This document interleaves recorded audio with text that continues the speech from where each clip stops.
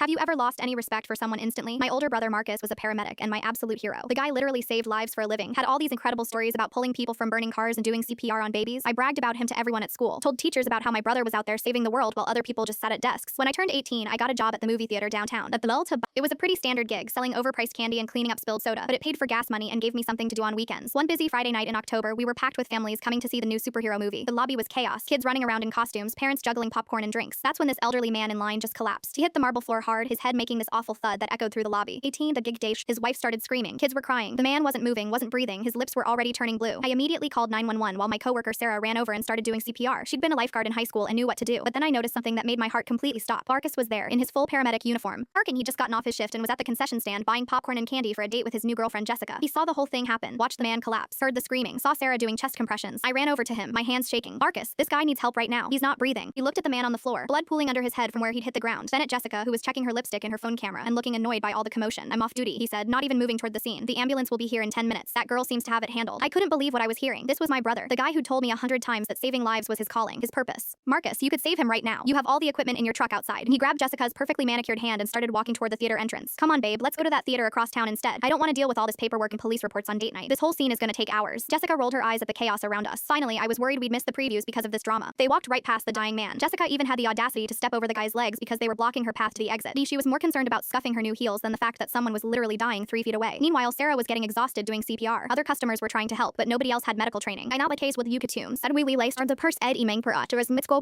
picking. Every top long read elpestra. The man's wife was holding his hand, begging him to stay awake, telling him about their grandson's birthday party tomorrow. The ambulance finally arrived 12 minutes later, but it was too late. The man was gone. A 67-year-old grandfather named Robert who'd collapsed from a massive heart attack while buying tickets to see his grandson's favorite superhero movie. His wife told the paramedics he'd been so excited to take little Tommy to see it. The new wife. I found out later that if someone had started proper medical intervention within the first 5 minutes, he probably would have survived. Marcus could have saved him easily. The next week at our usual Sunday dinner, Marcus was sitting at the head of the table telling everyone his latest heroic story about how he'd saved 3 people in a car crash earlier that week. And he was describing it in vivid detail, how he'd pulled an unconscious woman from the wreckage, how he'd stabilized a guy with a broken neck, how the family had cried tears of gratitude. Everyone was hanging on every single word like always. Mom was beaming with pride. Dad was nodding approvingly. My little sister was staring at Marcus like he was Superman himself. I couldn't take it anymore. I stood up right in the middle of his story and said, "Hey Marcus, tell them about the man you let die at the movie theater last week because you didn't want to ruin date night with Jessica." The entire room went dead silent. You could have heard a pin drop. Marcus turned bright red, his jaw clenched and said, "That wasn't my responsibility. I was off the clock. There are protocols about working when you're not officially on duty." Mom looked confused. "What is he talking about, Marcus?" "Nothing, Mom. He's just being dramatic. Sometimes civilians don't understand how emergency services actually work." But I wasn't done. His name was Robert. He was 67. He was buying movie tickets for his grandson. You walked right past him while he was dying because you were more worried about missing previews. That's when I realized my hero was just a guy who only saved people when he was getting paid for it. When there were no cameras, no witnesses, no recognition, he was just another person who'd rather protect his own convenience than help someone in desperate need. I never looked at Marcus the same way again.